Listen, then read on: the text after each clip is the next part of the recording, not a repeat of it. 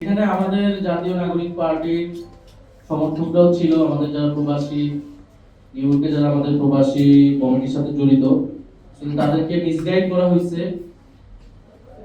তাদেরকে বলা হয়েছিল যে তারা অন্য একটা গেট দিয়ে বের হবে এবং তাদেরকে অন্য আমাদের সমর্থকদের অন্য একটা স্থানে থাকতে বলা হয়েছিল, কিন্তু পরে দেখা গেছে তাদের বের হওয়ার রাস্তাটা ভিন্ন করা হয়েছিল, যেটা আমাদের সমর্থকরা জানতো না।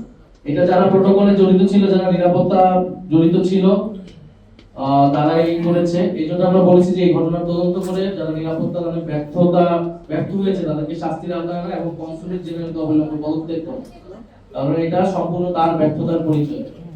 পরে সরকারের আরেক ভাই যে প্রশ্ন করছিলেন, সরকারের ভিতরে আপনারা অবশ্যই বলছেন সরকারের ভিতর থেকেই এই মদতগুলো দেওয়া হচ্ছে। সরকারের এবং প্রশাসনের বিভিন্ন স্তরে যে ফ্যাসিবাদের দোসররা রয়েছে তাদের ইন্ধনে, তাদের সহযোগিতায় এই ঘটনাগুলো ঘটছে।